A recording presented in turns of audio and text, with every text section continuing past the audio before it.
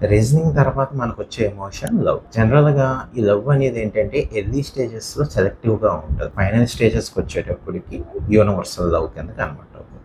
Selective love అనేది ఏంటంటే ఏదైనా పర్టిక్యులర్ ఒక పర్సన్ మీద గానీ, ఒక ఆర్టికల్ మీద గానీ, లేదంటే ఇంట్లో ఒక పెట్ మీద గానీ అలా ఒక్క దాని మీద మటుకే ఉండేది. వేరాజ్ యూనివర్సల్ లవ్ అనేది ఏంటంటే మీకు there is nothing to be hated in this universe. అంటే యూనివర్స్‌లో ఉన్న ఎన్ని రకాల మనకి జీవరాశులు ఉన్నాయో అన్నిటిని లవ్ చేస్తాం.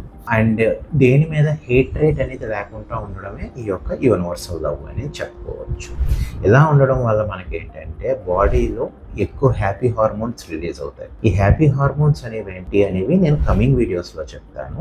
బట్ ఈ హ్యాపీ హార్మోన్స్ రిలీజ్ అవ్వడం వల్ల లోన ఇన్ఫ్లమేటరీ మార్కర్స్ అనేవి తక్కువగా ఉండి డిసీజెస్ అనేవి తక్కువగా ఉండి ఇమ్యూన్ సిస్టమ్ అనేది ప్రాపర్గా ఉంటుందన్నమాట. సో ఈ వీడియోతో ఈ యొక్క పాజిటివ్ ఎమోషన్స్ అనేవి కంక్లూడ్ చేస్తున్నాం.